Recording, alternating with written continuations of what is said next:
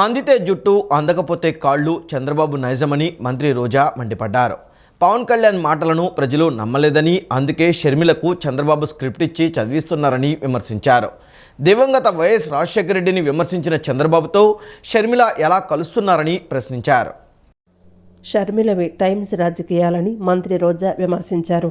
వైఎస్ఆర్ను పంచెలోడదీసి కొడతామన్న పవన్ను ఎందుకు కలిశారని మండిపడ్డారు. Revanth అవినీతిపరుడు, TDP covert అన్న షర్మిల ఆయన్ను ఎలా కలిశారని ప్రశ్నించారు. అలాంటి వారితో చేతులు కలిపిన షర్మిల వైఎస్ ఆత్మ క్షోభించేలా చేస్తున్నారని అన్నారు. వినేవాళ్లు ఎర్రివాళ్లైతే చెప్పేవారు షర్మిలని ఎద్దేవా చేశారు. వైఎస్ ఆశయాలకు షర్మిల తూట్లు పొడుస్తున్నారని ఆగ్రహం వ్యక్తం చేశారు. వైఎస్ ఆశయాలకు నిజమైన వారసుడు సీఎం జగన్ అని పేర్కొన్నారు. సీఎం జగన్పై విషం జిమ్ముతూ వైఎస్ఆర్సీపీ ఓట్లు విభజించాలన్నదే షర్మిల ఉద్దేశమని అన్నారు. వైఎస్ జగన్ను అధికారంలో నుంచి తప్పించి చంద్రబాబును సీఎం సీట్లో కూర్చోబెట్టడమే వారి ప్లాన్ అని దుయ్యపట్టారు. అంతే తప్ప రాష్ట్రాన్ని అభివృద్ధి చేయాలని కానీ, రాష్ట్ర ప్రజలకు మంచి చేయాలన్న ఆలోచన కానీ లేదన్నారు. ఆవిడ మాట్లాడే ప్రతి మాట కూడా చంద్రబాబు నాయుడు మాట్లాడుతున్న మాటలే దానికి నిదర్శనం. అండ్ ఈరోజు మీరు చూస్తే షర్మిల గారికి తెలంగాణ బిడ్డని, తెలంగాణ ప్రజల కోసం జీవితాంతం సర్వీస్ చేస్తానని వైఎస్ఆర్ తెలంగాణ పార్టీ పెట్టినావిడ ఈరోజు ఆ పార్టీని గాలికి వదిలేసి ఆంధ్రప్రదేశ్కి వచ్చి ఇక్కడ జగనన్నను తిట్టాల్సిన అవసరం ఏమొచ్చిందో ఒకసారి మీ అందరూ కూడా ఆలోచించాలి. రెండోది, రాజశేఖర రెడ్డి గారు బ్రతికున్నంత కాలం వైఎస్ఆర్ గారిని అవినీతి పరుడని, దోపిడీదారిని మాట్లాడిన చంద్రబాబు నాయుడు ఇంటికి వెళ్ళి బొకే ఇచ్చి కొడుకు ఎంగేజ్మెంట్కి పిలవాల్సిన అవసరం ఏముందని అడుగుతున్నాను. అలాగే వైఎస్ఆర్ పంచలూడు తీసుకొడతానన్న పవన్ కళ్యాణ్ ఇంటికి వెళ్ళి మిలాఖత్ చేసుకొని ఆయన ఎందుకు పిలవాల్సి వచ్చిందో చెప్పాల్సిన అవసరం ఉంది. అలాగే రేవంత్ రెడ్డి గారిని అయితే ఇదే షర్మిలమ్మ మాట్లాడింది. కాంగ్రెస్లో ఏముంది, ఒక దొంగ ఉన్నాడు, రేవంత్ అనే దొంగ అనింది. మరి దొంగ అన్న వ్యక్తిని ముఖ్యమంత్రి అవడానికి అర్హత లేదు, రేవంత్ ముఖ్యమంత్రిని కానీకుండా నేను చూస్తానని శపథం చేసిన ఆవిడ ఈరోజు ఎందుకు వెంటనే రేవంత్ ఇంటికి వెళ్లాల్సిన అవసరం ఏమొచ్చిందో అడగండి. ఏపీ సీఎం జగన్ చెప్పేవన్నీ అబద్ధాలేనని టీడీపీ జాతీయ ప్రధాన కార్యదర్శి నారా లోకేష్ విమర్శించారు. రోజుకో మోసం, పూటకో అబద్ధం అనేలా ఆయన పాలన సాగుతుందన్నారు. ఎన్నికల ముందు జగన్ తీయని మాటలు చెప్పారని, అధికారంలోకి రాగానే అన్నీ మర్చిపోయారన్నారు. ఏటా డిఎస్సి అని చెప్పి ఎన్నికల ముందు నోటిఫికేషన్ ఇవ్వడమేంటని ప్రశ్నించారు. టీడీపీ జనసేన ప్రభుత్వం రాగానే ప్రతి సంవత్సరం జాబ్ క్యాలెండర్ విడుదల చేయనున్నట్లు తెలియజేశారు. శ్రీకాకుళం జిల్లా పాతపట్నంలో నిర్వహించిన శంఖారావం సభలో టీడీపీ జాతీయ ప్రధాన కార్యదర్శి నారా లోకేష్ మాట్లాడారు. 2 నెలలు ఓపిక పట్టాలని, నిరుద్యోగులు అధైర్యపడొద్దని భరోసా ఇచ్చారు. ఈ మధ్య జగన్ మీ బిడ్డ అని అంటున్నారని, ప్రజలు జాలి చూపించొద్దని సూచించారు. పొరపాటున జగన్ ఎన్నికల్లో గెలిస్తే మీ బిడ్డనే కదా మీ భూమి తీసుకుంటానంటారని లోకేష్ ఎద్దేవా చేశారు. కోట్లు ఖర్చు పెట్టి యాత్ర 2 సినిమా తీశారని, అది వైఎస్ఆర్ కాంగ్రెస్ పార్టీకి అంతిమ యాత్రగా మారిందన్నారు. డబ్బులిచ్చి సినిమాకు వెళ్లమన్నా ఎవరూ పోవడం లేదన్నారు. టీడీపీ హయాంలో జరిగిన నిర్మాణాలకు జగన్ రంగులు వేసుకుంటున్నారని, ఆయన్ను చూస్తే కోడికత్తి, చంద్రబాబును చూస్తే Kia car గుర్తొస్తుందన్నారు. Jagan ప్రిజనరీ, Chandrababu visionary అని టీడీపీ అధినేతను అరెస్టు చేస్తే పార్టీ కార్యకర్తలు భయపడతారని అనుకున్నారని, కేసులకు భయపడేది లేదని జగన్ గుర్తుంచుకోవాలన్నారు. బాంబులకే భయపడని కుటుంబం తమదని, పనికిమాలిన కేసులకు భయపడతామా, అవినీతిపై చర్చకు సిద్ధమని జగన్కు సవాల్ చేశారు. తన ఇంట్లో ఉన్న మహిళలకే రక్షణ కల్పించలేని జగన్ రాష్ట్ర ప్రజలకు కల్పించగలరా? జగన్కు వ్యతిరేకంగా మాట్లాడిన షర్మిలను బెదిరిస్తున్నారని పేర్కొన్నారు. అసలు మోసానికి ప్యాంటు షర్ట్ వేస్తే అచ్చు జగన్ లాగా ఉంటుంది. ఎన్నికల ముందల ఎంత తీయగా మాటలు చెప్పాడండి, ఎన్ని మాయ మాటలు చెప్పాడు. దొరికిన ప్రతి మహిళకి ముద్దులు పెట్టాడు. ఇప్పుడు ఏకంగా గట్టిగా గుద్దుతున్నాడు. ఎన్నికల ముందల 2,30,000 ఉద్యోగాలు కల్పిస్తా అన్నాడు. ప్రతి సంవత్సరం డిఎస్సి అన్నాడు, జాబ్ క్యాలెండర్ ఇస్తా అన్నాడు. అది కాస్త సాక్షి క్యాలెండర్ గా మారిపోయింది. డిఎస్సి నోటిఫికేషనే ఒక మోసం. బీసీ స్టడీ సర్కిల్ మూసేశారు, ఎస్సీ స్టడీ సర్కిల్ మూసేశారు, పీజీ ఫీ రీంబర్స్మెంట్ ఎత్తేశారు, విదేశీ విద్య కూడా కట్ చేశారు. అంతెందుకు ఎన్నికల ముందల 6,500 కానిస్టేబుల్ పోస్టులు ప్రతి సంవత్సరం భర్తీ చేస్తానని హామీ ఇచ్చి ఈరోజు మాట తప్పాడు ఈ జగన్. ఎన్నికల ముందర ఒక మాట అన్నాడు, ప్రభుత్వం ఏర్పడిన మొదటి 6 నెలల్లో పనులు చేస్తే చిత్తశుద్ధి ఉన్నట్లని. ఇప్పుడు ఎన్నికలకి కరెక్ట్ గా 4 నెలలు ఉన్నాయనగా ఇప్పుడు డిఎస్సి నోటిఫికేషన్ తీసుకొచ్చి మాయ పనులు చేస్తున్నాడు. ఆనాడు గ్రూప్ 2 పోస్టులు ఇస్తానని చెప్పాడు. ఇప్పుడు ఏకంగా గ్రూప్ 2 పోస్టులు 4 నెలల ముందర అనౌన్స్ చేస్తాడు. కేవలం 2 నెలలే ఉన్నాయి ఆ పరీక్షలకి రెడీ అయ్యేదానికి. మన ప్రభుత్వం ఉన్నప్పుడు కనీసం 4 నెలల సమయం ఇచ్చేవాళ్ళం. పోన్లే సమయం తక్కువ ఇచ్చాడు, కనీసం పోస్టులు ఎక్కువ ఇస్తాడు అనుకున్నాం. ఎన్ని గ్రూప్ 2 పోస్టులు విడుదల చేశాడు తెలుసా? కేవలం 897 పోస్టులు. ఆ పోస్టుల కోసం ఎంతమంది పరీక్షలు రాశారో తెలుసా? 5 లక్షల మంది నిరుద్యోగ యువకులు. ఇది జగన్ చేసిన మోసం కాదా అని ప్రజలందరినీ ఒక్కసారి ఆలోచించమంటున్నా. అందుకే ఈ ఉత్తరాంధ్ర సభ ద్వారా నేను ప్రజలు చెప్పదలుచుకున్నా, 2 నెలల్లో ఓపిక పట్టండి, తెలుగుదేశం జనసేన ప్రభుత్వం ఏర్పడుతుంది. ప్రతి సంవత్సరం జాబ్ క్యాలెండర్ విడుదల చేస్తాం. డిఎస్సి నోటిఫికేషన్ ద్వారా ఒక పద్ధతి ప్రకారం 5 సంవత్సరాల్లో ప్రభుత్వ పోస్టులన్నీ మేము భర్తీ చేస్తామని ఈ సభాముఖంగా నేను హామీ ఇస్తున్నా. ఎన్నికలు సమీపిస్తున్న వేళ ఏపీ ప్రభుత్వం హడావిడిగా ఇచ్చింది దగా డిఎస్సీనని కాంగ్రెస్ పార్టీ రాష్ట్ర అధ్యక్షురాలు వైఎస్ షర్మిల మండిపడ్డారు. తన తండ్రి వైఎస్ రాజశేఖర రెడ్డి 52,000 పోస్టులతో మెగా డిఎస్సీ వేస్తే ఆయనకు వారసుడిగా చెప్పుకునే జగనన్న 6,000 పోస్టులతో వేసింది దగా డిఎస్సీ కాక మరేంటని ప్రశ్నించారు. ప్రశ్నిస్తే వ్యక్తిగత విమర్శలు చేసే వైకాపా నేతలకు, వాళ్లను మోసే సోషల్ మీడియాకు ఇదేనా సవాలంటూ 9 ప్రశ్నలు సంధించారు. తన ప్రశ్నలకు సమాధానం చెప్పాలని సామాజిక మాధ్యమాల వేదికగా సవాల్ విసిరారు. ప్రశ్నిస్తే వ్యక్తిగత విమర్శలు చేసే వైఎస్ఆర్ కాంగ్రెస్ పార్టీ నేతలకు, వాళ్లను మోసే సోషల్ మీడియాకు ఇదే నా సవాలంటూ కాంగ్రెస్ రాష్ట్ర అధ్యక్షురాలు షర్మిల 9 ప్రశ్నలు సంధించారు. తన ప్రశ్నలకు సమాధానం చెప్పాలని సామాజిక మాధ్యమాల వేదికగా సవాల్ విసిరారు. 2019 ఎన్నికల్లో హామీ ఇచ్చినట్లు 25,000 టీచర్ పోస్టుల భర్తీ ఎక్కడ? 5 ఏళ్లు నోటిఫికేషన్ ఇవ్వకుండా కాలయాపన ఎందుకు చేశారని ప్రశ్నించారు. ఎన్నికలకు నెలన్నర ముందు 6,000 పోస్టుల భర్తీ చేయడంలో ఆంతర్యమేంటన్నారు. టెట్ డిఎస్సీ కలిసి నోటిఫికేషన్ ఇస్తే అభ్యర్థులు దేనికి ప్రిపేర్ అవ్వాలన్నారు. నోటిఫికేషన్ ఇచ్చిన 30 రోజుల్లో పరీక్షలు పెట్టడం దేశంలో ఎక్కడైనా ఉందా? టెట్కి 20 రోజులు, తర్వాత డిఎస్సీ మధ్య కేవలం 6 రోజుల వ్యవధి మాత్రమేనా అని ప్రశ్నించారు. వైఎస్ హయాంలో 100 రోజులు గడువిచ్చిన సంగతి వారసుడు జగన్కి గుర్తులేదా అని నిలదీశారు. నవరత్నాలు, జాతిరత్నాలు అని చెప్పుకునే జగనన్న, ఆయన చుట్టూ ఉండే మంత్రులందరూ ఈ 9 ప్రశ్నలకు దమ్ముంటే సమాధానం చెప్పాలని షర్మిల సవాల్ విసిరారు. ప్రతి ఒక్కరూ విలువైన ఓటు హక్కు వినియోగించుకునేలా చేయడంలో యువతే బ్రాండ్ అంబాసిడర్లుగా నిలవాలని జిల్లా కలెక్టర్ ఎస్ ఢిల్లీరావు అన్నారు. ప్రజాస్వామ్య పరిరక్షణకు నైతిక విలువలతో కూడిన ఓటింగ్ కీలకమని పేర్కొన్నారు.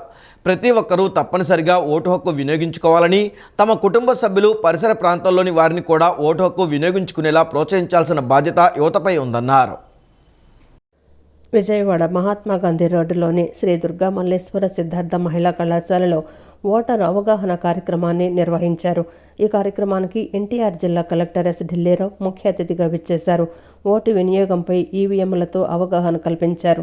అనంతరం కలెక్టర్ ఎస్ ఢిల్లీరావు మాట్లాడుతూ, గత ఎన్నికల్లో ఎన్టీఆర్ జిల్లాలో మిగిలిన నియోజకవర్గాలతో పోల్చితే విజయవాడ అర్బన్ నియోజకవర్గాల్లో తక్కువ పోలింగ్ శాతం నమోదైందని తెలిపారు. ఈ నేపథ్యంలో విజయవాడ అర్బన్లో 84% పైగా పోలింగ్ శాతం పెంచేందుకు వినూత్న స్వీప్ కార్యక్రమాలు చేపడుతున్నట్లు వెల్లడించారు. జిల్లాలో యువ ఓటర్ల నమోదుకు విద్యా సంస్థల భాగస్వామ్యంతో ప్రత్యేక డ్రైవులు చేపట్టినట్లు తెలిపారు. ఓటు, పోలింగ్ స్టేషన్ల వివరాలను తెలుసుకునేందుకు వీలుగా ప్రత్యేక కార్యక్రమాలు చేపట్టడం జరుగుతుందన్నారు. ఓటర్ ఇన్ఫర్మేషన్ స్లిప్పులు ఇవ్వటం జరుగుతుందని కలెక్టర్ ఢిల్లీరావు వెల్లడించారు. అన్ని వర్గాల వారు ప్రజాస్వామ్య స్ఫూర్తితో బాధ్యతగా ఓటు హక్కు వినియోగించుకునేలా సమ్మిళిత ఎన్నికల నిర్వహణ దిశగా కృషి చేస్తున్నట్లు తెలిపారు. విఐఎస్ ఓటర్ ఇన్ఫర్మేషన్ స్లిప్ అని చెప్పేసి ఒక కొత్త అంటే ఓటర్ స్లిప్ అనేవారు, ఇప్పుడు దాన్ని విఎస్ బదులుగా విఐఎస్ ఓటర్ ఇన్ఫర్మేషన్ స్లిప్ అని చెప్పేసి అని ఒక A4లో సుమారుగా హాఫ్ సైజ్ ఉండేటువంటిది మొత్తం అందరికీ కూడా ఓటర్స్ ఉండే వాళ్ళందరికీ కూడా ఎపిక్ కార్డ్ ఇప్పుడు ఉన్నప్పటికీ, ఇంకా ఎపిక్ కార్డ్ రాకపోయినప్పటికీ కొన్ని కారణాల వల్ల ఇప్పుడు వస్తుంది, త్వరలో ఎపిక్ కార్డ్స్ వస్తున్నాయి. సో అందరికీ కూడా ఆ స్లిప్ అనేటువంటి ఇవ్వడం జరుగుతుంది. ఆ స్లిప్లో మొత్తం అంతా కూడా మీ యొక్క పోలింగ్ స్టేషన్ ఏమిటి, మీ యొక్క పార్ట్ నెంబర్ ఏమిటి, తర్వాత ఈ డూస్ ఏంటి, డోంట్స్ ఏంటి, ఎప్పటి వరకు పోలింగ్ ఉంటుంది, ఏ టైంకి అయిపోతుంది, సో ఆ మ్యాప్ ఏంటి, అదంతా కూడా మొత్తం అంతా కూడా ఇవ్వడం జరుగుతుంది. అది కూడా ఒక మంచి ఇనిషియేటివ్. సో అంటే ఇక్కడ మనం మాట్లాడుకోవాల్సింది ఏమిటి అని అంటే ఇది ఒక ఈవీఎం అండ్ వీవీప్యాట్ అనేది ఇది ట్యాంపర్ ప్రూఫ్. దీని గురించి ఒక అవగాహనతో పాటుగా ఎవరైతే మీకు అందరికీ ఓటు ఉంది, మీ అందరు కూడా ఎవరికైతే ఓటు ఉందో ఆ రోజు ఖచ్చితంగా ఓటు అనేటువంటిది ఖచ్చితంగా ఎక్సర్సైజ్ చేసుకోవాలి. మీతో పాటుగా మీ చుట్టుపక్కల ఉండేటువంటి వాళ్ళందరూ కూడా ఖచ్చితంగా ఓటుని ఎక్సర్సైజ్ చేసుకునేటట్టుగా మీరు స్వతహాగా ముందుకొచ్చి, అది మీ ఒక్కరే కాదు, మీ చుట్టుపక్కల వాళ్ళు కూడా ఓటు వేయండి అని చెప్పేటట్టుగా, సో మీరు ఒక మంచి సిటిజన్గా, ఒక మంచి స్టూడెంట్గా మీరు కూడా ఆ ఇంట్రెస్ట్ అనేటువంటి తీసుకోవాలి. కార్యక్రమంలో స్వీప్ నోడల్ అధికారి యు శ్రీనివాసరావు, సిద్ధార్థ మహిళా కళాశాల director T Vijayalakshmi, Devineni Seetharamamma, foundation అధ్యక్షులు దేవినేని మధుసూదన్ రావు తదితరులు పాల్గొన్నారు. కేంద్రం రైతులకు ఇచ్చే సొమ్మును ఇక్కడ ప్రబుద్ధులు వాళ్ల ఖాతాల్లో వేసుకున్నారని బీజేపీ జాతీయ కార్యదర్శి సత్యకుమార్ వైసీపీ ప్రభుత్వంపై ఆగ్రహం వ్యక్తం చేశారు. దేశంలోనే రైతుల ఆత్మహత్యల్లో ఏపీ 3వ స్థానంలో ఉందని ఆందోళన వ్యక్తం చేశారు. ప్రత్యేక దృష్టితో పోలవరం కోసం 17,000 కోట్లు ఇస్తే అందులోనూ అవినీతేనని ఆయన ఆరోపించారు. విజయవాడలో బీజేపీ కిసాన్ మోర్చా రైతు గర్జన సభ నిర్వహించారు. ఈ సభకు రాష్ట్ర బీజేపీ అధ్యక్షురాలు పురంధేశ్వరి, సత్యకుమార్, కామినేని శ్రీనివాస్ హాజరయ్యారు. రాష్ట్రంలోని 26 జిల్లాల నుంచి రైతులు భారీ ఎత్తున తరలివచ్చారు. ఈ సందర్భంగా వారు మాట్లాడుతూ రాష్ట్రంలో వైసీపీ పాలనపై ప్రజలు వ్యతిరేకత చూపిస్తున్నారని ఆరోపించారు. మేనిఫెస్టోలో హామీ ఇవ్వకపోయినా 11 కోట్ల రైతన్నలకు డీబీటీ ద్వారా మోదీ ఇస్తున్నారని తెలిపారు. రాష్ట్రంలో మంత్రులు నటులని సత్యకుమార్ విమర్శించారు. రాష్ట్రంలో బటన్ నొక్కుతున్నారా, మోదీ వేసిన సొమ్ము లాగేసుకుంటున్నారా అని మండిపడ్డారు. రైతులేమైనా తీవ్రవాదులా, పాకిస్తాన్ నుంచి వచ్చారా, 1.76 లక్షల కోట్లు రాష్ట్రానికి కేంద్రం ఇస్తే రుణమాఫీ ఎందుకు చేయలేదని ప్రశ్నించారు. కేంద్రం రైతులకిచ్చే సొమ్మును ఇక్కడ ప్రబుద్ధులు వాళ్ళ ఖాతాల్లో వేసుకొని ఉంటారని ఆగ్రహం వ్యక్తం చేశారు. దేశంలోనే రైతుల ఆత్మహత్యల్లో ఏపీ 3వ స్థానంలో ఉందని పేర్కొన్నారు. ఎన్సీఆర్బీ ప్రకారం రాష్ట్రంలో ఆత్మహత్యల్లో 19% వృద్ధి రేటు సాధించారని సత్యకుమార్ విమర్శించారు.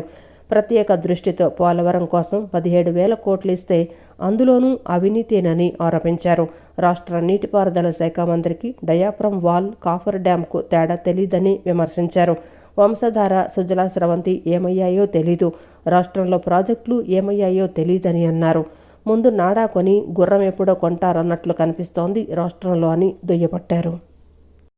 సబ్మిషన్ ఫర్ అగ్రికల్చర్ మెకనైజేషన్ కింద కేంద్ర ప్రభుత్వం మీరు ట్రాక్టర్లు కానీ లేదా హార్వెస్టర్లు కానీ చివరికి టార్పాలిన్లు కొండగా 50% సబ్సిడీ వస్తుంది. గత 5 ఏళ్లలో 14,000 కోట్లు కేవలం ఈ యాంత్రీకరణ కోసం 50% సబ్సిడీ కింద కేంద్ర ప్రభుత్వం అందిస్తే ఈ రాష్ట్రంలో ఒక్కటంటే ఒక్క యాంత్రీకరణ పనిముట్టు కొన్న పాపాన పోలే. చివరికి రైతులకి టార్పాలిన్లు కూడా ఇచ్చే కేంద్ర ప్రభుత్వం 50% రాయితీ ఇచ్చి సబ్సిడీ ఇచ్చి టార్పాలిన్లు రైతులకు అందజేస్తుంటే మధ్యవర్తిగా మీరు అందించాల్సిన పని, రైతులకు న్యాయం చేయగలచాల్సిన పని మీది కాదా? బాధ్యత మీది కాదా? వ్యవసాయం అనేది రాష్ట్ర పరిధిలోని అంశం కాదా?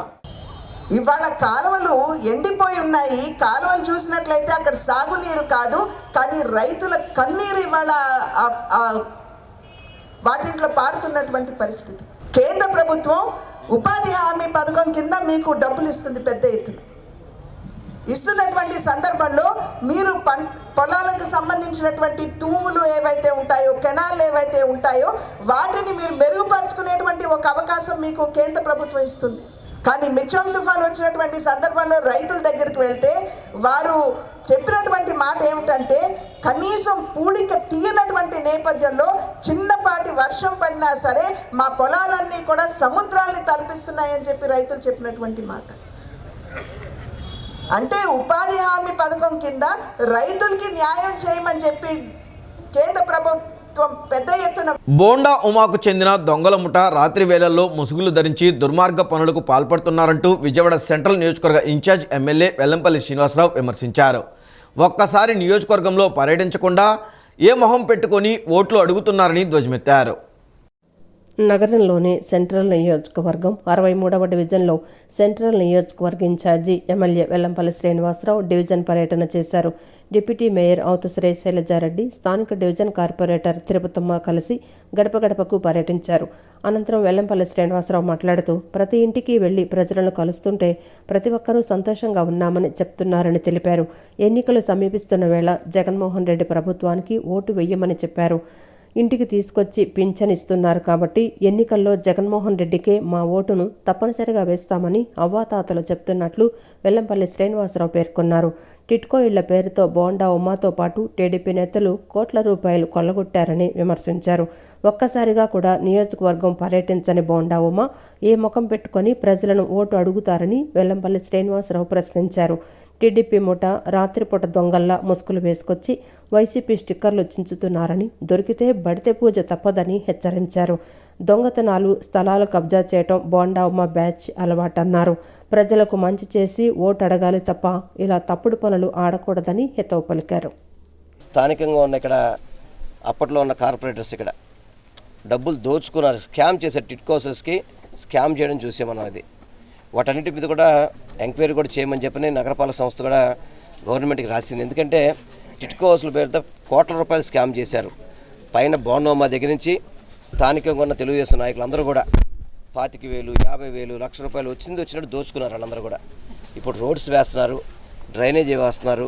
అదేవిధంగా కొంత డ్రింకింగ్ వాటర్ ప్రాబ్లం వస్తే దానికి మళ్ళీ పైప్ కనెక్షన్స్ కూడా కొత్త వేసి మళ్ళీ వాళ్ళకి ఎటువంటి త్రాగునీరుకి ఇబ్బంది లేకుండా ఉండే విధంగా అన్ని రకాల చర్యలు కూడా తీసుకుంటున్నాం. ఎందుకంటే బోండోమా అనే వ్యక్తి 2014 నుంచి 19 వరకు ఎమ్మెల్యేగా ఉన్నప్పుడు రాలేదు. అదేవిధంగా ఓడిపోయాక కూడా ఇంతవరకు కనపడలా. ఇప్పుడు మాత్రం తిరుగుతున్నారు. అతను ఆవు దూడలు తిరుగుతున్నట్టు అందరూ తిరుగుతున్నారు. కానీ తిరిగినందువల్ల ఉపయోగం లేదు. ఎందుకంటే గతంలో ఎప్పుడైనా నువ్వు కనబడ్డావా అని అడుగుతున్నారు వాళ్ళందరూ కూడా. ఒక్కసారి కూడా మాతో పాటు లేనివాడు ఇప్పుడు ఎలక్షన్ కోసం ఎలా వస్తున్నావు, సిగ్గు సెర ఉండాలని చెప్పని అతని మీద చెప్పడం జరుగుతుంది. అతను కూడా ఇష్టం వచ్చినట్టు ప్రేరేపణలు పేలుతున్నాడు. ఏదో మా కార్యకర్తలు టచ్ చేయండి, మేము చూసుకుంటామని. మరి ఏదో మీకు డోర్ స్టెక్లు వేస్తేనే భయపడిపోతున్నావు నువ్వు.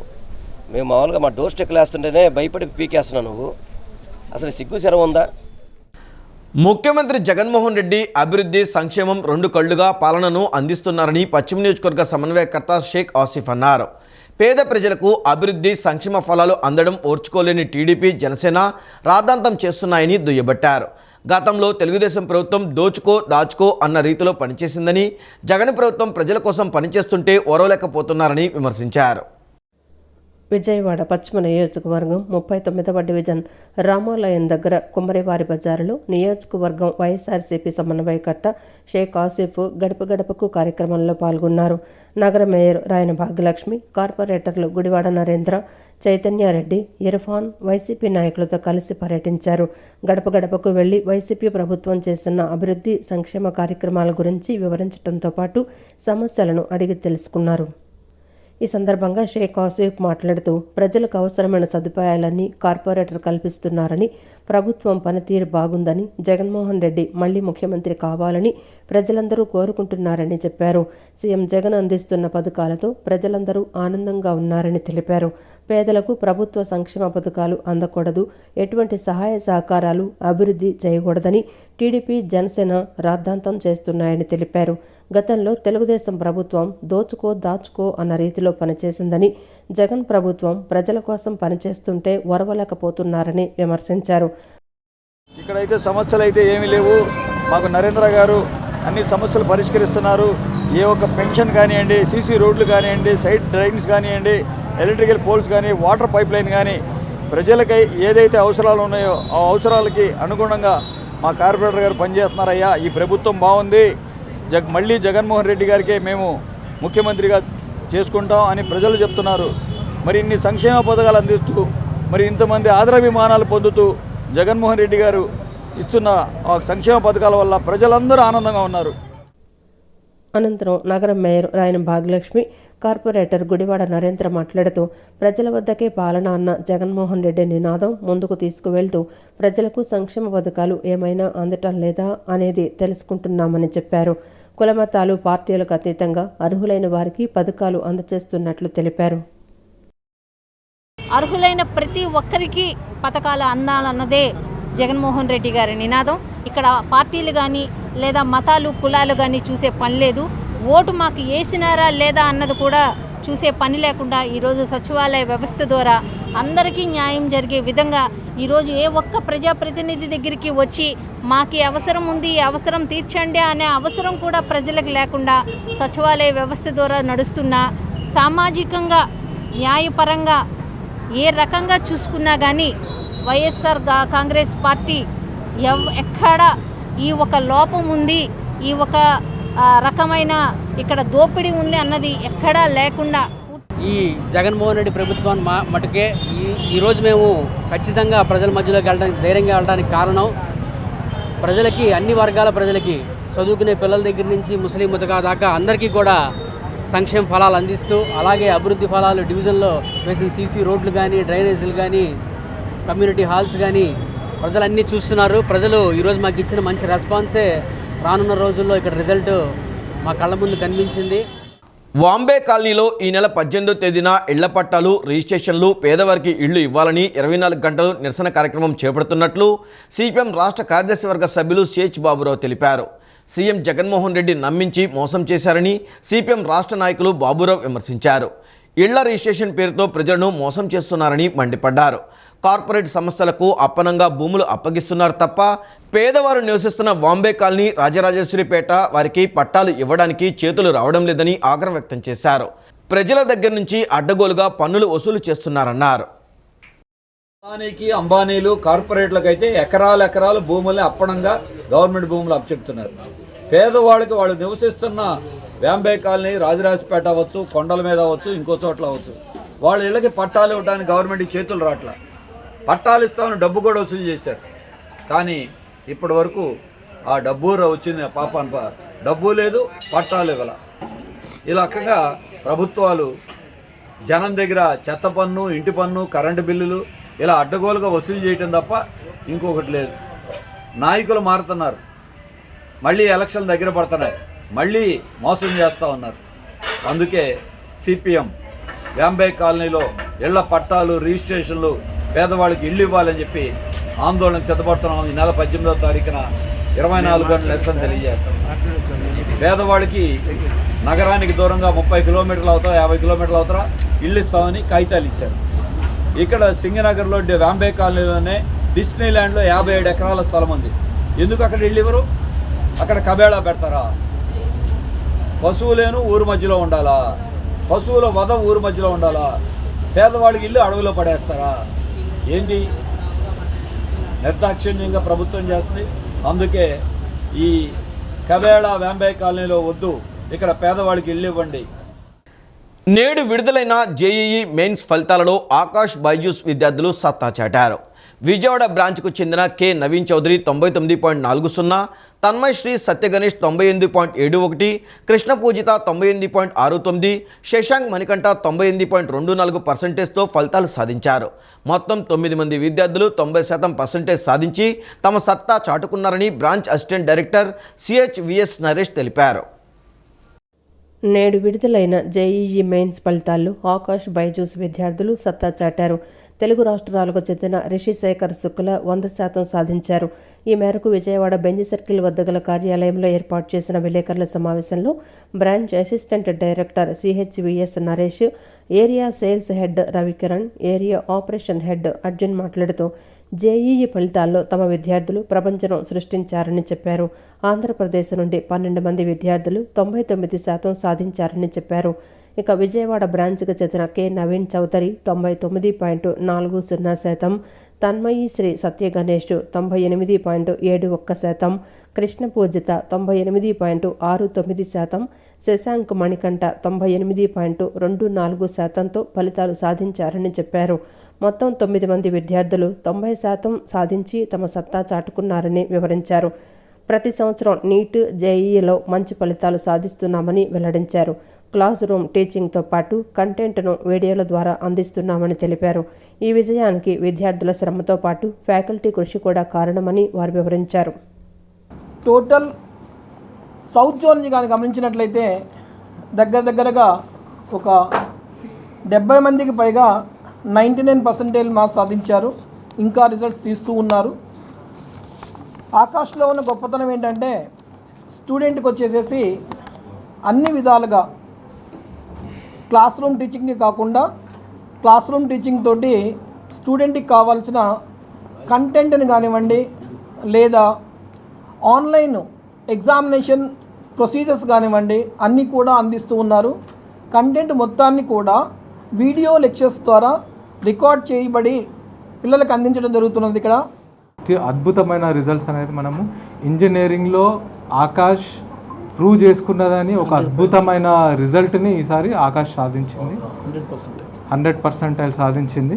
300/300 మార్క్స్ మన తెలుగు రాష్ట్రాల నుంచి వెళ్ళి సంబంధించిన విద్యార్థి రిషి శుక్లా ఈ రిజల్ట్ని సాధించాడు. సో ఆకాష్ ఇంజనీరింగ్లో అద్భుతమైన రిజల్ట్ అనేది అందరికీ ఇప్పుడు కనబడుతుంది.